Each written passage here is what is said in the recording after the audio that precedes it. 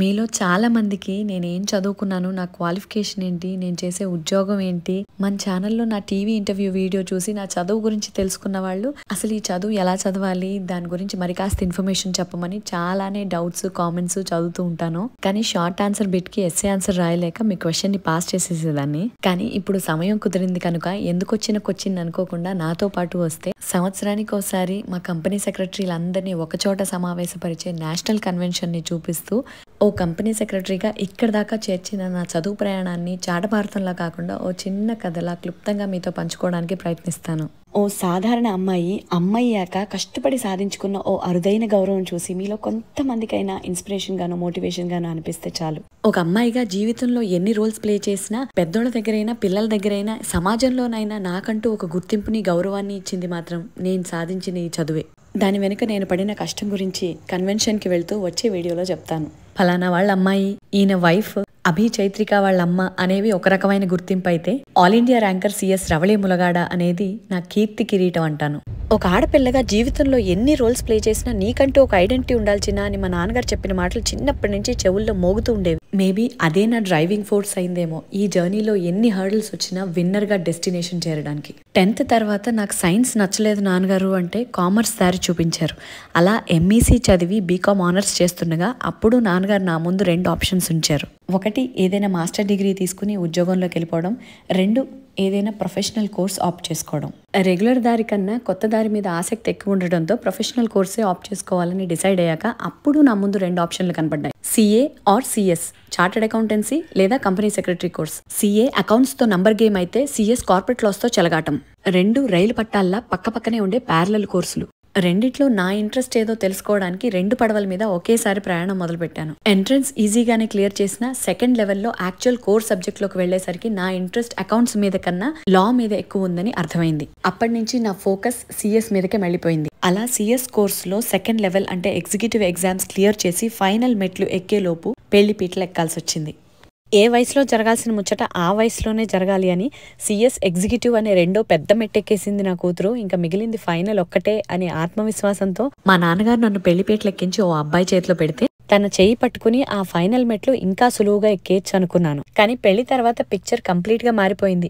అప్పటిదాకా ఉన్న parents pampered princess character కాస్త ఒక responsible queen style lead character లోకి మారిపోయినట్టు అనిపించింది. అప్పుడప్పుడే అలవాటు చేసుకుంటున్న ఇంటి పని వంట పనితో పాటు ఫైనల్ కి ముందు చేసే ట్రైనింగ్ పని కూడా చేస్తూ చదువుకుని ఎగ్జామ్స్ రాయటం అనేది చాలా కష్టతరం అయిపోయింది నాకు. అలా 2 సంవత్సరాలకి నా ట్రైనింగ్ పూర్తయిపోయింది కానీ నా ఎగ్జామ్స్ మాత్రం క్లియర్ చేయలేకపోయాను. ఏం చేసినా ఎలా ప్రయత్నించినా ఒక 4-5 మార్కులతో వెనకబడిపోయేదాన్ని. 6 నెలలకోసారి పరీక్షలు రాసి రిజల్ట్స్ వచ్చినప్పుడు ఆ ఓటమిని దిగమింగుకోలేక ఎవరితోనూ పంచుకోలేక ఎంత మదన పడ్డానో నాకే తెలుసు. ఇటు కూతురుగా అటు కోడలుగా 2 ఏళ్ల పరువు నా చేతిలోనే ఉన్నట్టుండేది. ముఖ్యంగా మా నాన్నగారి పరువు అత్తగారింట దిగజార్చేస్తున్నాననే దిగులు మరీ తినేసేది. ఒకానొక స్టేజ్ లో పెళ్లైన 2-3 ఏళ్లకి అటు చదువు పూర్తి కాక ఇటు పిల్లల గురించి ఆలోచించక నాకు నేనే ఒక incomplete fill in the blank లా కనపడ్డాను. అన్నిసార్లు ఓడిపోయిన నన్ను చూసి ఎప్పటికైనా సాధిస్తావు నువ్వు, హోప్ కోల్పోవద్దు, నీ వెనక నేనున్నాను అన్నవాళ్లు ఉన్నారు. ప్రయత్నించినా అది నీకు అందట్లేదు అని తెలిసినప్పుడు దాని వెనకాల పరిగెట్టడం నీ మూర్ఖత్వం అన్నవాళ్లు ఉన్నారు. కానీ నా మీద నమ్మకం ఉంచిన వాళ్ళ నమ్మకాన్ని నేను ఎలాగైనా నిలబెట్టాలనుకున్నాను. కానీ మనం ఒకటి తలిస్తే దేవుడు ఒకటి తలుస్తాడంటారుగా, అలా ఆఖరి మెట్టు ఎక్కేలోపే మరో బాధ్యత కడుపున పడింది. ఉన్నది 3 లెవెల్సే అయినా ముప్పు తిప్పలు పెట్టే ఈ సిఎస్ కోర్సులో పడి మునకలేస్తూ నీ ఫ్యామిలీ లైఫ్ను కూడా ముంచేసుకోకు, వయసు మళ్ళిన తర్వాత పిల్లల గురించి ఆలోచించినా ఉపయోగం లేక ఎటు కాకుండా అయిపోతావేమో చూసుకో అన్న మాటల్ని నేను పెడచెవిని పెట్టినా పైనున్న రాత రాసేవాడు మధ్య మధ్యలో మార్కర్ పెన్తో మార్పులు చేస్తూ ఉంటాడో ఏమో. చదువులో నెగ్గలేక చిన్నపోయిన నన్ను అమ్మని చేస్తూ అంతెత్తును నిలబెట్టాడు మా అభిరాముడు. సిఎస్లో వెనకబాటు వల్ల గుండెల్లోని బాధకి కడుపులో ఉన్న వాడే ఒక మోటివేషనల్ మెడిసిన్ అయ్యాడు. అందుకే కడుపుతో ఉన్నప్పుడు ఎక్కువ కష్టం తీసుకోవద్దు అంటే నా గోల్ నుంచి గాడి తప్పకుండా ఉండేందుకు ఎప్పుడో పెళ్లికి ముందు కామా పెట్టి వదిలేసిన లా ఎగ్జామ్స్ పూర్తి చేసి ఆ డిగ్రీ తీసుకున్నాను. ఓ అమ్మాయిగా అనుకున్న ఆఖరి మెట్టు అందుకోలేకపోయినా అమ్మాయ్యాక అందలం ఎక్కినంత ఆనందం వచ్చింది. అంతా అభిరామమయం అంటూ అపురూపంగా గడిచింది ఆ సంవత్సరం. ఆ స్టేజ్లో ఆశలెన్నున్న ఆలోచన మాత్రం ఒక్కటే, ఇల్లు ఇల్లాలు పిల్లాడు పాత్రలో ఇంత బాధ్యత ముందు ఇంకా వేరే వాటికి తీరికెక్కడ దొరుకుతుంది, ఇంకా నా చదువు ఎక్కడ సాగుతుంది అన్న ఆలోచన ఎక్కడ డిప్రెషన్లోకి దారితీస్తుందో అని దిగులు పడుతుంటే అప్పుడు వచ్చిందో మహమ్మారి అవకాశం. ఇలాంటి అవకాశం కాదండోయ్, ప్రపంచం తల్లకిందులై అందరినీ మూసుకుని మూల కూర్చోమన్న మహమ్మారి అవకాశం అది. ఏంటో మీకు అర్థమయ్యే ఉంటుంది అనుకుంటున్నాను. ప్రపంచం అల్లకల్లోలమై ఆశ ఆశయాల టుంచి ఆయువు అరపూట అరగంట అనుకుంటూ ముక్కు మూసుకుని గుండె చేత్తో పట్టుకుని బతికిన రోజులు ఇప్పటికీ తలుచుకుంటేనే ఒళ్ళు జలధరిస్తుంది. అదృష్టవశాత్తు ఆ గండం నుంచి బతికి బయటపడి కాలం కాస్త నార్మల్ అవుతుందన్న ఆశ చిగురించిన అడుగు బయట పెడితే ఎండుటాకులో రాలిపోతామేమో అన్న భయంతో ఇంట్లోనే ఉండాల్సి వచ్చినప్పుడు 4 గోడల మధ్యలో బందీలా చెక్కభజన చేసుకునే కన్నా నా చదువు పూర్తి చేసుకోవడం ఉత్తమం అనిపించింది. అంతే, క్షణం ఆలస్యం చేయకుండా భార్య పోస్ట్ నుంచి ఒక 3 నెలలు సెలవు కావాలని మా ఆయన్ని రిక్వెస్ట్ చేసి మా నాన్నగారికి ఫోన్ చేసి పుస్తకాలు చేత్తో పిల్లాడినో చేత్తో పట్టుకుని పెట్టే బేడ సర్దుకుని పుట్టింటికి బయలుదేరాను. వెళ్లే ముందు ఈసారి సాధించావా సరే సరి, లేదంటే ఈ CS అనే 2 అక్షరాలు మళ్లీ జీవితంలో తలవకూడదు అని మా ఆయన చెప్పిన మాటలు నాకు మరింత పట్టుదలనిచ్చాయి. కానీ బయటున్న కోవిడ్ పుణ్యం అని నాకు ఇది నేర్పించండి అని ఎవరి దగ్గరికి వెళ్లి చేయి చాచి కాదు కదా నోరు తెరిచి కూడా అడగలేని పరిస్థితి. ఇక నా ప్రయత్నము పద్ధతిని చూసి మునుపటి ఓటములు వెటకారంగా నవ్వుతున్నాయి. ఆ కోవిడ్కి ఏమాత్రం తీసిపోని నా ఈ డూ ఆర్ డై సిచ్యువేషన్ని అధిగమించడానికి ఒకే ఒక దారి కనపడింది. ఇంకా ఇదే నా లాస్ట్ ఛాన్స్ అనుకున్నప్పుడు ఈసారి బుర్ర పెట్టి కాదు ప్రాణం పెట్టి చదవాలి అనుకున్నాను. చిన్నప్పటి నుంచి నాకు నేనుగా చదువుకున్న దానికన్నా ఎవరైనా చెప్పింది వింటే అది నాకు బాగా నాటుకుపోయేది. అదే విధంగా ఈసారి చిట్ట చివరి ప్రయత్నంగా CS ఎగ్జామ్స్ కోసం గురుముఖత చదవాలి అని నిర్ణయించుకున్నాను. కానీ ఆ కోవిడ్ టైంలో ఇది ఎలా సాధ్యం అన్న నా ప్రశ్నకి సమాధానంగా ఆన్లైన్ క్లాసెస్ కనపడ్డాయి. ఎక్కడో కలకత్తా, ముంబై, పూణే లాంటి చోట్ల నుంచి వాళ్ళు చెప్తూ ఉంటే ఇక్కడ నేను మా ఇంట్లో కూర్చుని వాళ్ళు చెప్పింది వినేదాన్ని. అలా 9 సబ్జెక్టులున్న 3 గ్రూపుల్ని మొత్తం ఒకేసారి ముగించేయటానికి ముక్కు మూసుకుని 3 నెలల మహాయజ్ఞమే చేశాను. పొద్దున్నే 6ంటికి లేచానంటే మళ్ళీ అర్ధరాత్రి 1 గంట 2ంటికే పడుకునేదాన్ని. CS కోర్స్ చదివే వాళ్ళకి తెలుసు, ప్రతిసారి క్వశ్చన్ పేపర్లో క్వశ్చన్స్ కన్నా సర్ప్రైజ్లు, షాక్లే ఎక్కువ ఉంటాయి. అవేవి ఈసారి నాకు తగలకూడదనే పుస్తకంలో ఒక్క అక్షరం కూడా నాకు తెలియకుండా ఉండకూడదని మొత్తం నేర్చుకున్నాను. 3 నెలలకి అంతా సిద్ధమై పరీక్షల కోసం ఎదురు చూస్తూ ఉంటే అవి కాస్త మరో 3 నెలలు పోస్ట్పోన్ అయ్యాయని పిడుగులాంటి వార్త. నా అసలైన పరీక్షలకు ముందు నా పేషెన్స్ కి పరీక్ష పెడుతున్న ఆ దేవుడితో, ఓ అమ్మగా కడుపులో 9 నెలలు మోసిన దాన్ని ఇప్పుడు నా బుర్రలో 6 నెలలు ఈ ఇన్ఫర్మేషన్ మోయడం పెద్ద కష్టమేమీ కాదని చెప్పాను. అలా మరో 3 నెలలకి ఓ మహాసంగ్రామాన్ని ఎదుర్కోబోతున్న మామూలు అమ్మాయిగా భయం కన్నా ఎక్కువ కాన్ఫిడెన్స్ నింపుకుని 3 గ్రూపులు, 9 సబ్జెక్టులు, 9 రోజులు వరుసగా జరిగిన పరీక్షల్లో పెద్ద పోరాటమే చేశాను. 25-30 పేజీలుండే ఆన్సర్ బుక్లెట్ ఏనాడు కంప్లీట్ చేయను నేను ఈసారి ప్రతి పరీక్షకి అడిషనల్ షీట్స్ తీసుకుంటూ ఉంటే నాతో పాటు ఎగ్జామ్ రాస్తున్న వాళ్ళందరూ నన్ను వింత బొమ్మను చూసినట్టు చూశారు. మరోపక్క 3 గంటల పాటు నేను పరీక్ష రాస్తున్నంతసేపు ఎగ్జామ్ హాల్ బయటే వెయిట్ చేస్తున్న మా నాన్నగారు బయటకు వచ్చేటప్పుడు కూతురు కళ్ళలో కాంతి కోసం 1000 కళ్ళతో ఎదురు చూస్తూ ఉండేవారు. పరీక్ష రాసిన ప్రతిసారి ఎగ్జామ్ హాల్ నుండి బయటకు వస్తూ ఉసూరుమంటూ డీలా మొహం వేసుకుని వస్తే నా నేల చూపులు చూసిన నాన్నగారు ఇంకే కాస్త కదిలించినా చుక్కలు నేల రాలుతాయని అర్థమయ్యి జరిగిన పరీక్ష గురించి ఊసైనా ఎత్తకుండా మర్నాటికి మోటివేట్ చేసేవారు. నాకు ఇప్పటికీ గుర్తు, నా పెళ్లి కుదిరిన సంవత్సరం ఎంగేజ్మెంట్ జరిగిన 10 రోజులకి first time final exams attempt ఇచ్చాను. కాబోయే మామగారు ఏమ్మా అన్ని సబ్జెక్టులు ఒకేసారి రాయలేవా అంటే మొహమాటానికి పోయి కాదని చెప్పే చనువు లేక ప్రయత్నించాను. ఘోరంగా ఓడిపోయాను. అప్పుడు పడిన మానసిక ఒత్తిడికి మరెప్పుడు అలా 9 సబ్జెక్టులు ఒక్కసారి ఇవ్వలేను అనిపించింది. కట్ చేస్తే 6 ఏళ్లకి మళ్ళీ నా ఆఖరి అటెంప్ట్ ఇలాగే 9 సబ్జెక్టులు ఒకేసారి ఇవ్వడంతో ముగుస్తుందని అస్సలు అనుకోలేదు. మన ఓపిక, పట్టుదల, ప్రణాళిక, పద్ధతి, ప్రిపరేషన్ ఇవన్నీ ఉంటే సబ్జెక్టులు ఎన్నైనా సులువుగా కాకపోయినా ఖచ్చితంగా సాధించవచ్చు. మొహమాటానికి పట్టుదలకి ఉన్న తేడా అది. 6 నెలల పాటు అన్ని పుస్తకాల్లోంచి అధ్యాపకులు చెప్పిందంతా బట్టి పట్టి కాకుండా అర్థం చేసుకుని బ్రెయిన్ బీరువాలో బహు జాగ్రత్తగా భద్రపరిచిన దాన్ని ఎగ్జామ్ హాల్లో క్వశ్చన్ పేపర్ కి ఆన్సర్స్ వామిట్ చేయకుండా ఆలోచనతో అలవోకగా అన్నిటికీ ఆన్సర్ చేసి ఆనందంగా బయటకు వచ్చిన నేను తొలిసారి తడిచిన కళ్ళను తెరచి తెరచి నాన్నగారి కోసం చూశాను. ఏం చిన్నా అని మా నాన్నగారి కళ్ళల్లో ఉన్న క్వశ్చన్ మార్క్ కి yes success I did it అని చెప్పిన మాట ఇద్దరికి ఎంత సంతోషాన్ని ఇచ్చిందంటే మాటల్లో చెప్పలేను. That's truly a father daughter moment in our life అంటాను. అమ్మనయ్యాక అటు కూతురుగా ఇటు కోడలిగా వారసుని ఇచ్చిందన్న ఆనందం అటోళ్ళకి ఇటోళ్ళకి ఎంత ఉన్నా కూతురుగా, కోడలిగా, భార్యగా అంతెందుకు ఓ అమ్మాయిగా నా ముందు నేనే ఓటమి నొప్పుకొని ఎక్కడో వెనకబడిపోయానన్న దిగులు ఎప్పుడో ఒకప్పుడు చివుక్కుమంటూనే ఉండేది. అభి పుట్టిన సంవత్సరం వరకు వాడి మాయలో పడి ఆ నొప్పి పెద్దగా తెలియకపోయినా వాడు పెరుగుతున్న కొద్దీ వాడికి నేనేంటి అన్న ప్రశ్న ఆలోచింపజేసేది. ఓ అమ్మగా తనకొక రోల్ మోడల్లా కాకపోయినా కొడుకు కళ్ళల్లో కామా పెట్టి వదిలేసిన ఇన్కంప్లీట్ సెంటెన్స్ లా మాత్రం మిగిలిపోకూడదనుకున్నాను. బాధ్యతలు పెరుగుతున్న కొద్దీ జీవితం గడవడానికి ఏదో ఒకటి చెయ్యాలమ్మా అని చెప్పించుకునే లోపు నేను నా జీవితంలో అనుకున్నది చేయాలని నిర్ణయించుకున్నాను. అందుకే తనని చంకనెత్తుకుని తిప్పే స్టేజ్ దాటగానే నా చదువు గురించి పునరాలోచన చేశాను.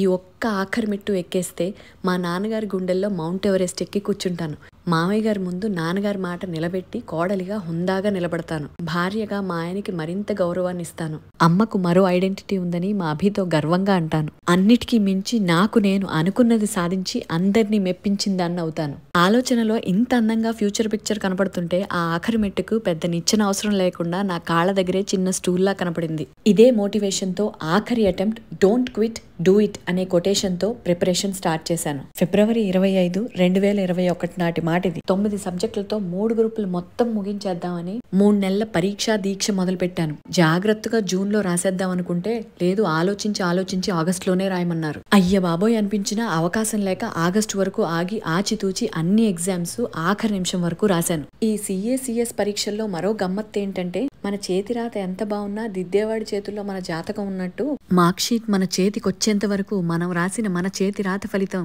అగమ్య గోచరమే. సిఎస్ పరీక్షల్లో మరో ఇంట్రెస్టింగ్ థింగ్ ఏంటంటే మన చేతి రాత ఫలితం ఎలా ఉండబోతుందో తెలియదు, కానీ ఎప్పుడు వస్తుందో మాత్రం ఖచ్చితంగా తెలుస్తుంది. సిఎస్ చదివే వాళ్ళకి తెలుస్తుంది ఫిబ్రవరి అండ్ ఆగస్ట్ 25వ తారీఖులు ఎంత అమూల్యమైనయో. అలా ముందే రిజల్ట్ ఎప్పుడు వస్తుందో తెలిసిపోవడం మంచో చెడో నాకు ఇప్పటికీ అర్థం కాదు. అమ్మయ్య పరీక్షలన్నీ పూర్తయ్యాయని ఊపిరి పీల్చుకుని నెల గడిచేసరికి నేనున్నానిక్కడ అంటూ నీడలా వెనకే ఉండి పీకబూ అన్న ప్రతిసారి గొంతులో గుటక పడాల్సిందే. ఇందుకు కాస్త భిన్నంగా నేను రాసినప్పుడు కోవిడ్ టైం మూలాన పరీక్షలన్నీ పోస్ట్ పోన్ అవటం చేత ఫలితాల తేదీ కూడా ముందే తెలియలేదు. ప్రొఫెషనల్ కోర్స్ పరీక్షలు రాసిన దానిలా కాకుండా ప్రైమరీ స్కూల్ పిల్లాళ్ళ పరీక్షల తర్వాత స్వేచ్ఛా సెలవుల్ని పొలోమని ఎంజాయ్ చేస్తుంటే సరిగ్గా నెలన్నరకి మరో 10 రోజుల్లో రిజల్ట్స్ వస్తున్నాయన్న మెయిల్ చూసి నా గుండెల్లో గూడ్స్ రైళ్లు పరిగెట్టాయి. పిడుగులాంటి వార్త విని పుట్టింటోళ్ళతో కూడా పంచుకోలేక తనలో తాను మదన పడిపోయే పాత సినిమా హీరోయిన్లా ఫలితాలకు ముందు 10 రోజులు కళ్లల్లో కలవరం కనపడనివ్వకుండా కడుపులోనే దాచుకుని కష్టంగా గడిపాను. కాన్ఫిడెన్స్ తో కూడిన నమ్మకాన్ని మించిన భయం అంటే ఏంటో అప్పుడే తెలిసొచ్చింది. ఎలాగైనా పాస్ అయిపోయేలా చూడు దేవుడా అని మొక్కుకునే అలవాటు లేనందున నా కష్టానికి తగిన ఫలితం వస్తే చాలు అనుకుని ఊరుకున్నాను. రిజల్ట్ వచ్చిన ప్రతిసారి నిరాశతో నీరు గారిపోయి కనపడకుండా కంప్యూటర్ ముందే కన్నీళ్లకుండా అంతా ఖాళీ చేసేసి అప్పుడు అయిన వాళ్ళతో పంచుకునేదాన్ని. ఎప్పటికైనా ధైర్యంగా అమ్మానాన్నని పక్కన పెట్టుకుని మరీ రిజల్ట్ చూసే రోజు రావాలని ఆశపడేదాన్ని. కానీ అంత ధైర్యం నా ఆఖరి రిజల్ట్ అప్పుడు కూడా చేయలేకపోయాను. చేసుంటే బాగుండేదేమో. బాధ అయితే నలుగురితో పంచుకుంటే తగ్గుద్దంటారు, ఆనందం అయితే పెరుగుద్దంటారు. మరి రాబోయేది బాధో ఆనందమో తెలియనప్పుడు పక్కన నలుగురిని ఉంచుకోవాలో లేదో ఎలా తెలుస్తుంది? ఏదైనా ఆ బాధో ఆనందం వచ్చే సమయానికి మాత్రం మనం ఒంటరే. ఆ తర్వాతే ఎవరికైనా ఏదైనా పంచుకోగలం. సిఎస్ ఫైనల్ రిజల్ట్స్ మరో 10 రోజుల్లో వస్తున్నాయని తెలిసినప్పటి నుంచి ఆ విషయం గుండెల్లోనే గుట్టుగా దాచి గుండ్రాయింద తాళం గుండెతో పాటు నోటికి కూడా వేసుకున్న బుర్ర మాత్రం డోర్లు బార్లా తెరిచి బోల్డ్ అని ఆలోచనల్ని ఆహ్వానిస్తుంది. ఈసారి ఎలాగైనా గట్టెక్కేస్తానని కాసేపు, ఎప్పట్లా దరిద్రం డాన్స్ వేస్తే ఏం చేయాలా అని కాసేపు, కనీసం ఒక్క గ్రూప్ అన్నా పాస్ అయితే పరువు నిలబడుతుందని కాసేపు, ఇలా ఎన్ని ఆలోచనలో. ఏదైనా ఫేస్ చేద్దాం అనుకునే కన్నా ముందు ఏం జరిగినా మన మంచికే, ఆల్ ఇస్ వెల్ అనుకునే టైప్ నేను. అలా నాకు నేను సెల్ఫ్ మోటివేట్ చేసుకుంటూ రిజల్ట్ ఇంకా 2 రోజుల్లోకి వచ్చేసింది అన్నప్పుడు సరిగ్గా ఆ ముందు రోజు ఒక సాడ్ అండ్ షాకింగ్ ఎక్స్పీరియన్స్. మామయ్య గారికి ఓ పెద్ద యాక్సిడెంట్. సడన్ గా ఇంటి వాతావరణం అంతా ఒక్కసారిగా దుఃఖంలో మునిగి తేలినట్టు అయింది. నాకైతే పెనం మేంచి పొయ్యిలో పడ్డట్టు అనిపించింది. ఇంత సాడ్నెస్ లో రేపు మరో షాక్ తగలబోతుందా అనే ఆలోచన బుర్రలోంచి బయటకొచ్చి గుండెకేసిన గట్టి తాళాన్ని బద్దలు కొట్టి హార్ట్ బీట్ 100 కన్నా ఎక్కువ స్పీడ్ లో పరిగెట్టింది. అలా ముందు రోజు రాత్రి అందరం జాగారం చేసి తెల్లారి లేచేసరికి ఇంట్లో నేను అభి తప్ప ఎవ్వరూ లేరు. హాస్పిటల్లో మామయ్య దగ్గర పరిస్థితి ఏంటని తెలుసుకోవడానికి పడిగాపులు పడుతున్నారు. మరో పక్క 11 గంటలకల్లా నా ఫలితాల ముహూర్తం. ల్యాప్టాప్ ముందేసుకుని గుండెని గుప్పెట్లో పట్టుకుని హాల్ టికెట్ ఒళ్ళో పెట్టుకుని కళ్ళు మూసుకుని కూర్చున్నాను. 11 అయ్యాక చల్లటి వణుకుతున్న చేతులతో హాల్ టికెట్ నెంబర్ టైప్ చేసి ఎంటర్ నొక్కే కన్నా ముందు తిరిగి కళ్ళు మూసుకున్నాను. ఆ క్షణం ఏమీ కనిపించలేదు, అంతా శూన్యంలో అనిపించింది. ఆ చీకటి నిశ్శబ్దంలో గుండె గొంతులో గట్టిగా కొట్టుకుంటుంటే అది ఎక్కడ ఆగిపోతుందో అని భయమేసి ఓపికంతా కూడా తెచ్చుకుని ఊపిరి గట్టిగా పీల్చి ఎంటర్ నొక్కి కళ్ళు తెరిచాను. మసకబారిన కళ్ళకి క్లారిటీ లేక కళ్ళు విప్పార్చి చూసేసరికి నిజంగానే షాక్లా కనపడింది. అంతే, ఒక్కసారిగా పెంకులెగిరిపోయేంత కేక పెట్టాను. ఆ పక్కనే ఆడుకుంటున్న మా 2 ఏళ్ల అభిబాబు నా కేకకి అమ్మకేదో అయిందని అదిరిపడి ఏడవటం మొదలుపెట్టాడు. అలా మా అభిబాబుని పట్టుకుని 10 నిమిషాల పాటు ఏడ్చానని తలుచుకుంటే నాకే నవ్వొస్తుంది. కొన్నేళ్లుగా కలలో తప్ప కానరానిది ఖచ్చితమైన నిజమై కళ్ళెదుటే కనపడేసరికి కలయా నిజమా అని కన్ఫర్మ్ చేసుకోవడానికి కాసేపు పట్టింది. ప్రతిసారి ఫెయిల్ అనే అక్షరాలు చూసి చూసి కన్నీళ్లు కార్చే అలవాటైపోయిన కళ్ళకి ఈసారి 3 గ్రూపులకి పాస్ పాస్ పాస్ అని పలుసార్లు కనపడడంతో నిండా నీళ్లు నింపుకుని రెప్ప వేయడం కూడా మర్చిపోయి అలాగే చూస్తూ ఉండిపోయాయి. కళ్ళలో నిండిన ఆనందం గొంతు చించుకుని బయటకొచ్చి మాటలు రాక గావు కేక పెట్టింది.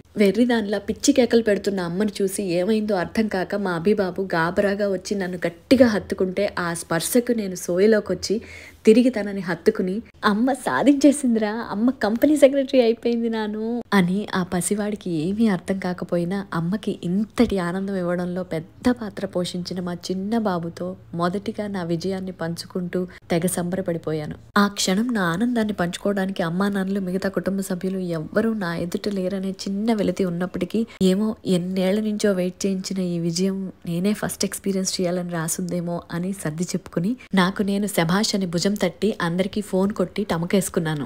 పాస్ అయిపోయానని పొలోమని అందరికీ నేను డప్పు కొట్టుకుంటూ ఉంటే అవతల వైపు నుండి అంతకన్నే గట్టిగా మరో దండోరా నా ఫోన్ వాట్సాప్ మెసేజ్ల్లో ఆగకుండా మోగుతుంది. ఆత్రత కొద్దీ ఆరా తీద్దును కదా ఆల్ ఇండియా ర్యాంకర్ గా నా పేరు ఫోటో ఉన్న మెరిట్ లిస్ట్ కనపడింది. అప్పటిదాకా ఆకాశం ముందు మేఘాల్లో తేలుతున్న నేను ఒక్కసారిగా ఆల్ ఇండియా సెకండ్ ర్యాంక్ తో తారాస్థాయిని అందుకున్నంత ఆనందం వచ్చింది.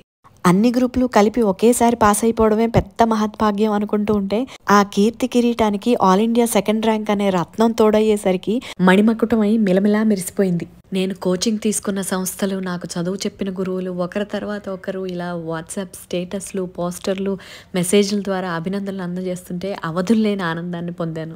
చిన్నప్పటి నుంచి ఎంతో మంది చిన్న చిన్న కుటుంబాల నుంచి కూడా చాలా కష్టపడి చదివి మెరిట్ స్థాయిలో ర్యాంకులు సాధించి పేపర్లోనూ టీవీల్లోనూ వస్తుంటే చూసి ఎంత కష్టపడితేనో ఎంతో అదృష్టం ఉంటేనో ఇలాంటి ఒక స్థాయికి చేరుకుంటారు వాళ్ళు అని అనుకుని ఆశ్చర్యపోయేదాన్ని. కానీ అలాంటి ఒక విజయం నన్ను వరిస్తుందని, అలాంటి ఒక రోజు నాకు ఎదురవుతుందని అస్సలు అనుకోలేదు. నా తోటి చదువుతున్న వాళ్ళందరూ పాస్ అయిపోతుంటే నేనెప్పుడు అని ఆలోచించిన రోజులు, అందరిలా కాన్వకేషన్లో పట్టా ఎప్పుడు తీసుకుంటానా అని ఆశపడిన రోజులు. అంతెందుకు, ఆమిర్ ఖాన్ దంగల్ సినిమాలో ఓడిపోతున్న పెద్ద కూతురు నాన్నకు ఫోన్ చేసి ఏడ్చే సీన్ చూసి పక్కనే ఉన్న మా నాన్నగారిని పట్టుకుని ఎప్పటికైనా పాస్ అవుతానంటారా అని ఒళ్ళో తల పెట్టుకుని ఏడ్చిన రోజులు ఎలా గడిచాయో కదా అనే ఆలోచనతో కళ్ళ నిండా నీళ్ళొచ్చినా మనసంతా ఆనందం, గర్వం నిండిపోయాయి. స్నేహితులు, శ్రేయోభిలాషులందరూ ఏంటి సర్ప్రైజ్, సూపర్ కంబ్యాక్ రా, లేట్గా వచ్చినా లేటెస్ట్గా వచ్చావు, కొడితే కుంభస్థలాన్ని కొట్టినట్టు ఆల్ ఇండియా ర్యాంక్తో నీ మార్క్ క్రియేట్ చేసుకున్నావు, వండర్ఫుల్ అంటూ పొగడతలతో ముంచెత్తుతుంటే ప్రాణం పొంగిపోయింది. నాకు ఆన్లైన్ కోచింగ్ ఇచ్చిన మా గురువుల్ని ఎప్పటికైనా ఒక్కసారి కలవాలి అని ఆశపడిన నన్ను పొద్దున్నొచ్చిన ఫలితాలు సాయంత్రానికల్లా ఒక్క 10 నిమిషాలు ఇస్తారా, మీ ఇంటర్వ్యూ కావాలి అని వాళ్లే నన్ను అడిగేలా చేశాయి. అలా ఆ రోజే 2 యూట్యూబ్ ఇంటర్వ్యూస్తో యూత్ ముందు నన్ను ఒక చిన్న స్టార్లా నిలబెడితే మర్నాడు వచ్చిన ఈటీవీ ఇంటర్వ్యూ నన్ను ఇంటింటా ఓ చిన్న సెలబ్రిటీనే చేసేశాయి. Hard work and confidence are the key to success అని నా 3rd క్లాస్ రిపోర్ట్ కార్డులో మా క్లాస్ టీచర్ నా కోసం రాసిన మాట ప్రకారం ఏ విషయంలోనైనా కష్టాన్ని తప్ప అదృష్టాన్ని నమ్మని నేను ఈ విజయం మాత్రం కష్టానికి అదృష్టం తోడైతేనే సాధ్యమైందని నమ్మేలా చేసింది. అలా ఇంతటి విజయాన్ని అందుకోవడానికి నా కష్టానికి తోడైన ఆ అందమైన అదృష్టం నా కుటుంబ సహకారమే. పెళ్ళై పిల్లాడు పుట్టిన తర్వాత మళ్ళీ పరీక్షలకు ప్రిపేర్ అవుతానని పుట్టింటికి వచ్చిన నన్ను 10వ తరగతి పరీక్షకు ప్రిపేర్ అవుతున్న పిల్లని చూసుకున్నట్టు పెన్ను, పేపరు, ప్రింట్అవుట్ అని పలికిందల్లా ప్రొవైడ్ చేసి పని పాట ఏమీ చెప్పకుండా పలహారం, పులిహోర అన్ని పంటిదాకా పట్టుకొచ్చి మరి పిల్లాడి పనులకు కూడా పర్లేదమ్మా మేము చూసుకుంటామని పిసరంత ప్రాబ్లం కూడా రానివ్వకుండా పదిలంగా చూసుకున్నారు. ఆన్లైన్ క్లాసుల్లో వచ్చే డౌట్స్ ని లైవ్ లో క్లారిఫై చేసే గురువుగా, you can do it buddy అని మోటివేట్ చేసే ఫ్రెండ్ గా, పరీక్షకు సిద్ధం చేసి హాల్ దాకా తీసుకెళ్లే సారథిగా, నాతో పాటు అక్కడే 3 గంటల సేపు నా నీడలా ఉండి ధైర్యాన్ని ఇచ్చిన నాన్నగారికి, 1.5 సంవత్సరాల వయసున్న మనవడితో సమానంగా 30 ఏళ్ల కూతుర్ని కూడా చూసుకున్న అమ్మకి ఎన్నిసార్లు దండం పెట్టినా తక్కువే అనిపిస్తుంది. ఇక 6 నెలల పాటు కట్టుకున్న దానికి, కొడుక్కి దూరంగా ఉండి గడపాలంటే ఎంత కష్టమో చెప్పనక్కర్లేదు. నా మాటకు విలువిచ్చి, నా కోరికని మన్నించి నాకు ఈ అవకాశాన్ని ఇచ్చినందుకు, తన మాటను నేను నిలబెట్టగలిగినందుకు ఇద్దరికిద్దరం అదృష్టవంతులమే అనుకుంటాను. అన్నిటికీ మించి మా అభిరాముడు నేను పరీక్షకెళ్లే ప్రతి రోజు అమ్మ బాగా రాయి అని పలికిన చిట్టి చిట్టి పలుకులు ఆ దేవుడి తథాస్తు దీవెనలా మరింత బలాన్నిచ్చేవి. అలా స్వయం కృషితో పాటు అందరి సహకారంతో అంతటి విజయాన్ని అందుకుని తిరిగి అందరికీ అంతే ఆనందాన్ని అందించగలిగినందుకు మహదానందంగా ఉంది. ఫైనలీ అంత కష్టపడి చదివి మంచి రిజల్ట్తో కంపెనీ సెక్రటరీ అనిపించుకున్నాక పేరెంట్ తర్వాత స్టూడెంట్గా మారిన ఆ ఫేజ్ ఎలా ఉంటుందంటే, ఫస్ట్ టైం నర్సరీలో స్కూల్కి వెళ్ళిన పిల్లాడు సాయంత్రం ఇంటికి వచ్చేటప్పుడు అమ్మని చూసిన ఆనందం ఉంటుంది చూసారా, అదే ఆనందం. హమ్మయ్య! ఇంక నా స్కూల్ అయిపోయింది. ఇంక నన్నెవ్వరు ఏమి అడగరన్న గర్వం ఒక రకంగా నిండిపోయి ఉంటుంది ఆ స్టేజ్‌లో. పుస్తకం తీయమ్మా అని చెప్పించుకోవాల్సిన అవసరం ఉండదు. ఎంత కష్టపడినా అవ్వట్లేదు పాపం అని జాలి వినాల్సిన అవసరం ఉండదు. కానీ నెక్స్ట్ ఏంటి అన్న క్వెషన్ మాత్రం మన బ్యాక్ పాకెట్‌లోనే ఉంటూ కొన్నాళ్ళకైనా సరే వెనక్కి తిరిగి చూసి మనం ఇంత గొప్పగా సాధించిన చదువుకి ఏదో ఒక ఉపయోగం ఇవ్వకపోతే సార్థకత ఏముంటుంది అని ఆలోచింపజేస్తుంది. చిన్నప్పుడు నాన్నగారు చేయి పట్టుకుని బండెక్కించుకుని ఏదో ఒక ఆదివారం పూట అవసరమై ఆఫీస్కి వెళ్తూ నన్ను కూడా తీసుకెళ్ళినప్పుడు కాలు ఒక చోట నిలవని నేను ఆ చోటంతా కలయి తిరుగుతూ ఓ ఆఫీస్ అంటే ఇలా ఉంటుందా అనే ఆశ్చర్యంతో కూడిన ఆలోచన ఎప్పటికైనా ఇలాంటి ఒక కార్పొరేట్ ఆఫీస్లో పెద్ద స్థాయిలో ఉద్యోగం చేయాలనే ఆశగా ఎప్పుడు మారిపోయిందో తెలియనే లేదు. కూతురి కళని కళ్ళలోంచే కనిపెట్టారో లేక నెరవేరని తన కళని కూతురు ద్వారా తీర్చుకుందాం అనుకున్నారో తెలియదు కానీ కంపెనీ సెక్రటరీ అయితే మాత్రం కోరుకున్న కార్పొరేట్ జాబ్ ఖచ్చితంగా కొడతా వచ్చినా అని కరాఖండిగా చెప్పారు నాన్నగారు. కట్ చేస్తే కీ ఇచ్చిన బొమ్మల గిర్రన తిరిగి కంపెనీ సెక్రటరీ అయి కోరి వచ్చిన అవకాశాన్ని అందిపుచ్చుకుని కలలు కన్న కార్పొరేట్ కంపెనీలో కంపెనీ సెక్రటరీగా కెరీర్ని మొదలుపెట్టాను. ఒకప్పుడు ఇదే నా గోల్ అనుకుంటే నీ గోల్ ఎంతటితో అయిపోలేదు ముందుకు పద అని కాలానుగుణంగా గమ్యాలు మజిలీలవుతూ కొత్త గమ్యాలు ఏర్పడటమే జీవిత చక్రంలోని ఆసక్తికరమైన రహస్యమని ఆలస్యంగా తెలిసింది. చూడాలి మరి ఈ మజిలీ ఏ గమ్యం దిశగా నడిపిస్తుందో. నేను అమ్మయ్యాక దక్కించుకున్న ఈ అరుదైన గౌరవాన్ని ఓ చిన్న సక్సెస్ స్టోరీగా మీ చెవిలో చెప్దామనుకుంటే అది మీ కళ్ళ దాకా చేరి కన్నీళ్లు పెట్టించిందని, మనసులోకి దూరి మరింత మోటివేట్ చేసిందని మీ కామెంట్స్ ద్వారా ఒక్కొక్కరి భావనను చదువుతూ తెలుసుకుంటూ ఉంటే ఈ ఆల్ ఇండియా ర్యాంకుతో పాటు మరోసారి మీ అందరి మనసుల్లో మౌంట్ ఎవరెస్ట్ అంత మంచి ర్యాంకు సాధించానని మురిసిపోతున్నాను. మీ అందరితో ఓ చిన్న మాటగా మొదలెట్టింది మొత్తానికి మోటివేషనల్ మెసేజ్ అయి మీలో ఇంతమందిని కదిలించినందుకు మహా గర్వంగా ఉంది. 50 ఏళ్ల క్రితం నేను మీలాగే సాధించాలనుకుని చేయలేకపోయాను అన్న వాళ్ళ దగ్గర నుంచి అక్క నేను కూడా నీలా ఇంత కష్టపడి చదివి సాధించి ఇలాంటి ఒక ఆనందాన్ని పొందాలి అనుకునే కాలేజ్ పిల్లల వరకు నా సక్సెస్ స్టోరీతో కనెక్ట్ అయ్యారు అంటే నేను ఏం ఆశించి నా ఈ జర్నీని నా ఈ చిన్న సక్సెస్ స్టోరీని మీతో పంచుకున్నానో అది నెరవేరినట్టే. ఇకపోతే నేను చెప్పాలనుకున్నదంతా కొంచెం కొంచెంగానైనా సరే చేతనైనంత అందంగా మీ ముందు ఉంచాను. అలాగే నా కథ విన్న మీ అందరికీ ప్రశంసలతో పాటు బోల్డ్ అనే ప్రశ్నలు కూడా ఉన్నాయని అర్థమవుతుంది. మీకున్న క్వశ్చన్స్ డౌట్స్ అన్నీ ఒక్కొక్కటిగా కామెంట్ చేయండి. ఒకే వీడియో కింద అన్ని కామెంట్స్ ఒక చోటే ఉంటే నాకు ఆ పెద్ద వీడియో చేయడానికి సులువు అవుతుందని నా ఈ చిన్న రిక్వెస్ట్. సో మీరు అందరూ ఈ వీడియో కింద కామెంట్ చేస్తే అన్నిటినీ కలిపి ఒకే పెద్ద వీడియోగా Q&A తరహాలో ఫుల్ లెంత్ వీడియో ఒకటి చేసి మీ ప్రతి ఒక్క కామెంట్కి విడివిడిగా సమాధానం ఇవ్వడానికి ప్రయత్నిస్తాను. మీరు ఆ కామెంట్ బాక్స్ నింపేలోపు నేను కాస్తలా ఆఫీస్ ట్రైనింగ్ పని మీద గోవా దాకా వెళ్ళొస్తాను. తిరిగి వచ్చాక మీరందరూ ఎదురు చూసే మీకు ఉపయోగపడే ఆ లాంగ్ వీడియోతో మీ అందరినీ కలుసుకుంటాను.